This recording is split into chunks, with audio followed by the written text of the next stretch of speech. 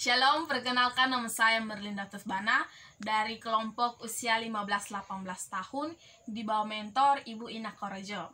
Dalam kesempatan ini saya akan membawa materi tentang COVID-19.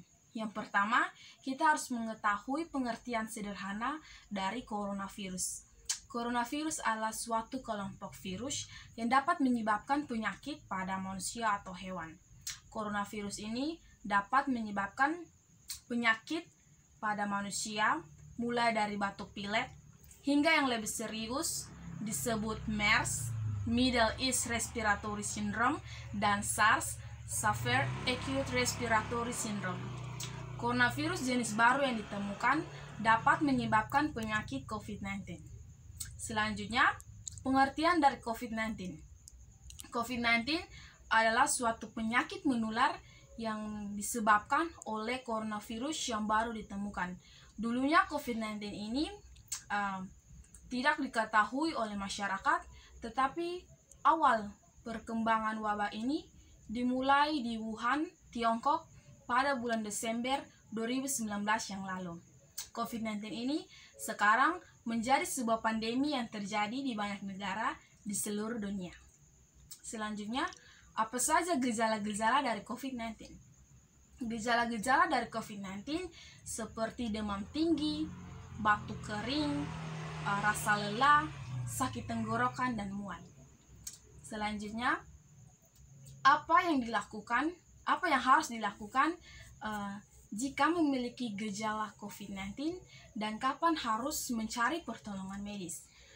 Jika memiliki gejala ringan seperti demam ringan atau batuk ringan, secara umum tidak perlu pergi ke medis. Tetap di rumah, isolasi mandiri, dan ikuti peraturan nasional tentang isolasi mandiri. Namun, jika tinggal di suatu daerah yang malaria atau demam berdarah, tidak boleh untuk mengabaikan gejala seperti ini. Segera mencari pertolongan medis dan menggunakan fasilitas kesehatan yang ada. Tujuannya untuk bisa terbebas dari virus ini. Jika keluar, kenakan masker dan jarak 1 meter dengan orang lain. Selanjutnya, bagaimana cara COVID-19 menyebar? COVID-19 menyebar melalui percikan-percikan dari mulut atau hidung yang ditularkan oleh seseorang yang terinfeksi COVID-19 dengan cara ketika ia berbicara, bersin, maupun batuk. Oleh karena itu, penting bagi kita untuk menjaga jarak dan orang lain 1 meter. Percikan-percikan tersebut dapat menempel di permukaan benda seperti kursi, meja, maupun gagang pintu.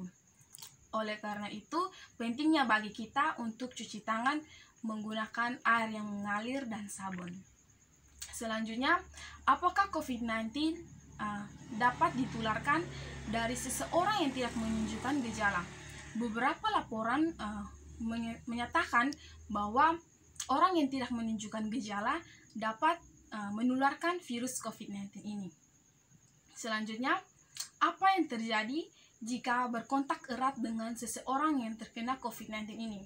Maka yang akan terjadi dapat terinfeksi virus corona ini. Selanjutnya, apa pengertian dari isolasi mandiri?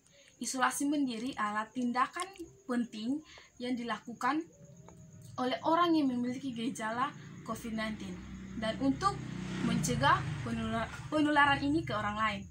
Lebih spesifiknya, tetap di rumah dan tidak melakukan aktivitas seperti sekolah, bekerja, atau berbelanja. Selanjutnya, apa perbedaan dari isolasi mandiri, karantina mandiri, dan menjaga jarak fisik? Yang pertama, isolasi mandiri. Isolasi mandiri artinya memisahkan orang yang sakit dengan gejala COVID-19 dan mungkin saja akan tertular. Gunanya untuk mencegah penularan virus COVID-19 ini. Selanjutnya, karantina mandiri. Karantina mandiri adalah membatasi kegiatan atau memisahkan orang yang sakit dan orang yang memiliki gejala COVID-19. Tujuannya untuk memutuskan mata rantai COVID-19 ini. Yang terakhir, menjaga jarak fisik. Menjaga jarak fisik sederhana artinya terpisah secara fisik. Selanjutnya, apakah anak-anak dan remaja dapat terinfeksi COVID-19 ini? Anak dan remaja memiliki kemungkinan untuk dapat terinfeksi COVID-19 ini. Selanjutnya, apakah ada vaksin, obat, perawatan untuk COVID-19 ini? Beberapa pengobatan seperti pengobatan barat, tradisional maupun rumahan hanya dapat untuk meringankan gejala COVID-19 ini. Namun, sampai saat ini tidak ada obat yang dapat terbukti untuk menyembuhkan COVID-19 ini. Selanjutnya, 4 cara efektif yang harus dilakukan. Yang pertama, cuci tangan secara teratur dan menyeluruh. Yang kedua, hindari menyentuh mata, hidung maupun mulut. Yang ketiga, jalankan etika batuk atau bersin dengan cara menutup mulut atau hidung, menggunakan siku terlipat dan tisu. Jika menggunakan tisu, segera buang dan cuci tangan. Yang terakhir, menjaga jarak dengan orang lain minimal 1 meter. Jadi dari materi ini, saya mengangkat satu firman Tuhan yang terdapat dari Filipi 4 ayat 6 yang berkata, "Janganlah hendaknya kamu khawatir tentang apapun juga, tetapi nyatakanlah dalam segala hal keinginanmu kepada Allah, dalam doa dan permohonan dengan ucapan syukur." Artinya dalam masa-masa pandemi ini, kita tetap percaya kepada Tuhan bahwa Tuhan melakukan semuanya indah pada waktunya. Pengkhotbah 3 ayat 11. Demikianlah materi saya. Tuhan Yesus memberkati. Shalom.